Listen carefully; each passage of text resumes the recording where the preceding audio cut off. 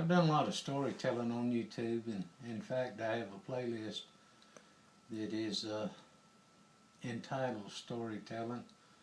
I enjoy telling things that have taken place in my life, and things that took place when I was a kid, and memories and so forth, but I never have really spoken that much on things that were train related. But today I'd like to share with you a story about train engineers' worst nightmare.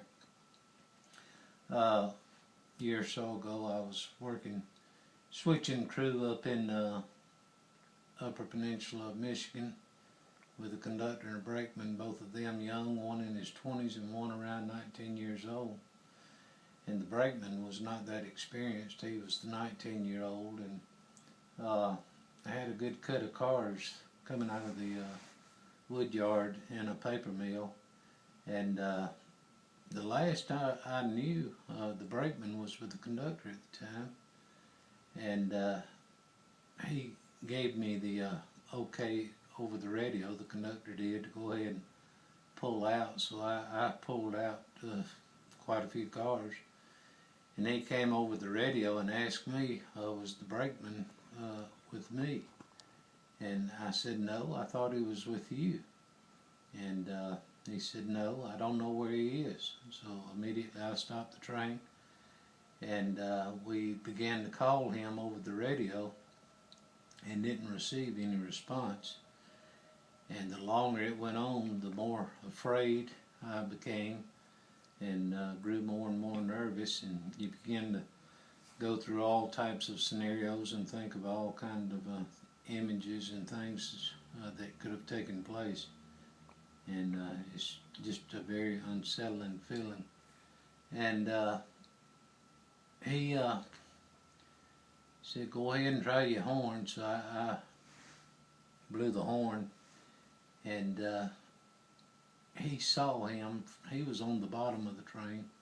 He saw him stand up from the steps on the front of the train. So he had been sitting down on the running board on the front of the train.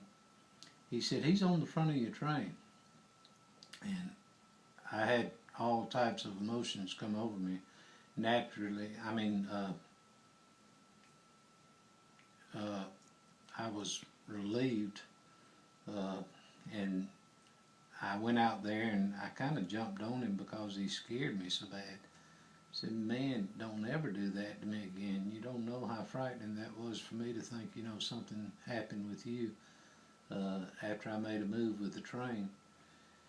And he apologized and was feeling bad about himself after he knew how upset I was and the conductor was at what took place.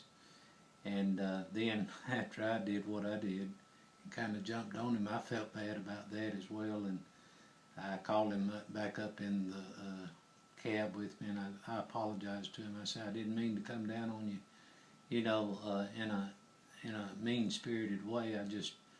It scared me when we didn't know where you were. And so that's personally what I feel like is a train engineer's worst nightmare, and I'm sure a lot of engineers would agree, to think that they've hurt someone else, or maybe even someone has lost their life, especially someone they work with and are close to.